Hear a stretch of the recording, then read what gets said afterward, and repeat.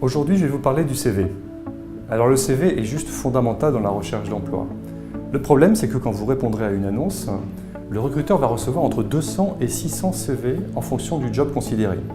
Toute l'idée, ça va être de se dire comment être percutant, être impactant quand il recevra votre CV et comment passer le filtre des robots et des mots-clés. Ce qui va être fondamental dans le CV, c'est vraiment de mettre en avant vos compétences et que votre CV démontre vos compétences et votre valeur ajoutée.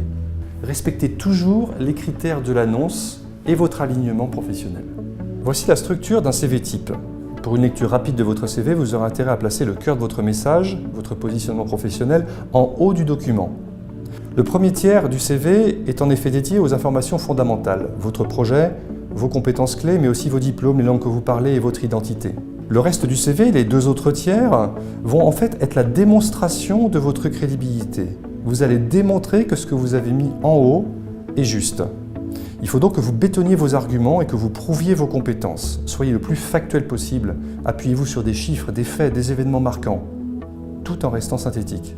Par exemple, vous allez voir que vous pouvez mettre en haut du CV votre identité, adresse, diplôme, langue parlée. Ça, c'est fondamental pour qu'on puisse vous contacter. Deuxièmement, une photo. Je vous invite à mettre une photo professionnelle du type de celle que vous mettrez sur LinkedIn, on le verra plus tard. Et surtout, à bien mentionner votre positionnement professionnel ainsi que vos principales compétences. Ce point est absolument fondamental, c'est là-dessus que vous serez recruté. Une fois que c'est rempli, je vous invite à détailler l'ensemble de votre parcours. Donc sur chaque expérience, je vous invite à donner quelques données sur le groupe et surtout derrière des résultats factuels, des petites réalisations probantes qui montrent que vous avez fait le job, qui vont démontrer que les compétences que vous avez mis en haut dans le cadre sont justifiées. C'est absolument fondamental. Ne mettez pas des compétences ou des résultats qui n'ont rien à voir avec votre projet. Ça n'est pas le sujet. Mais surtout, bétonnez par des réalisations ce que vous avez mis en haut. En conclusion, je vous propose de rédiger un CV qui reprenne votre position professionnelle et qui bétonne vos compétences.